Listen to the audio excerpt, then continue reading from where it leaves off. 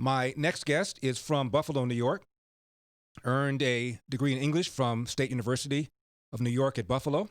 His first jobs were with the Buffalo News, USA Today. He joined the Wall Street Journal as a copy reader, was named to the newly created position of editorial interactive editor, then joined the editorial board in 2005. He's the author of a number of books, including Please Stop Helping Us. That's the one we want to focus on today. How Liberals Make It Harder for Blacks to Succeed. That came out in 2014. That book was praised by, among other people, Thomas Sowell, who's a friend of the program. He wrote this about my next guest's book. Pick up a copy and open pages at random and see how the author annihilates nonsense. End of quote. He's also on the editorial board of the Wall Street Journal now, senior fellow at the Manhattan Institute. That's the organization that employs people like Heather McDonald, another frequent guest on the program. Please welcome to the program, Mr. Jason Riley. Jason, how are you?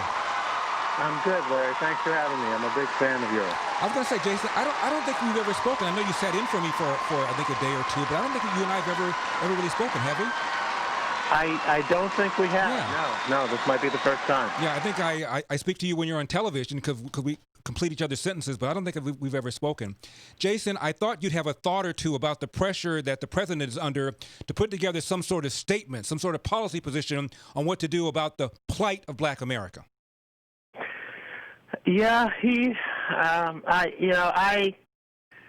might be under pressure to do that. I don't know how helpful it would be, Larry. I think this thing has been taken out of context and perspective, and I don't know that even the President of the United States can do much to put it back into perspective. The whole idea to me of making the police and police behavior the centerpiece of this discussion just strikes me as completely absurd. I mean, we can talk about reforming cops or making it easier to prosecute cops who abuse their authority and so forth.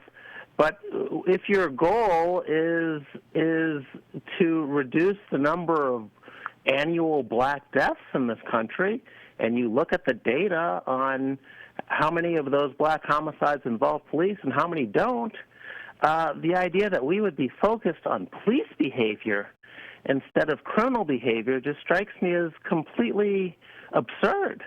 And Jason, were the President of the United States to say what you just now said, what would the reaction be?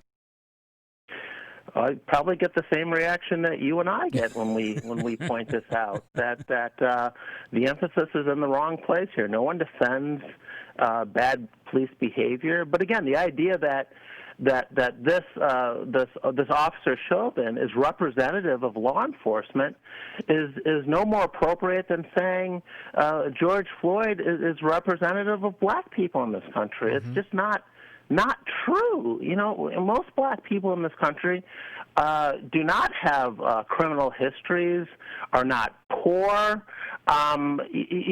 This is just not the idea that this person is being put out there as representative of what black people encounter day in and day out in America just is not true. And the activists out there want to present him as some sort of representative of black America. And I find that deeply offensive, frankly. I mean, this is a man who, he's been a career criminal as an adult.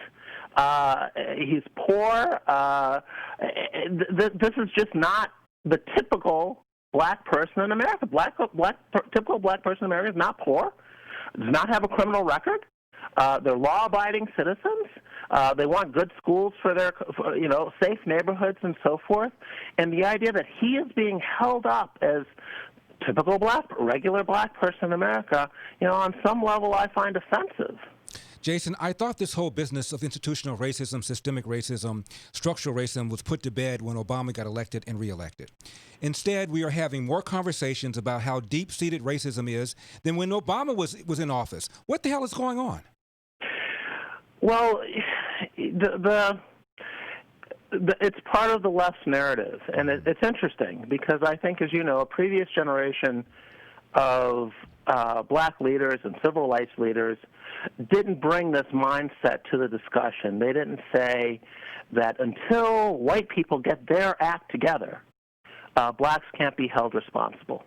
But that's sort of the message being sent out there today. You can't talk about antisocial black behavior. You can't talk about the high rates of crime and so forth going on in these communities because people come back at you and say, well, racism still exists. That was not Thurgood Marshall's attitude. That was not Dr. King's attitude that, don't talk to me about black behavior until whites get their act together. Their attitude was, we must succeed as a people, notwithstanding the barriers in place today. And I think about that, and then I look at what barriers are left.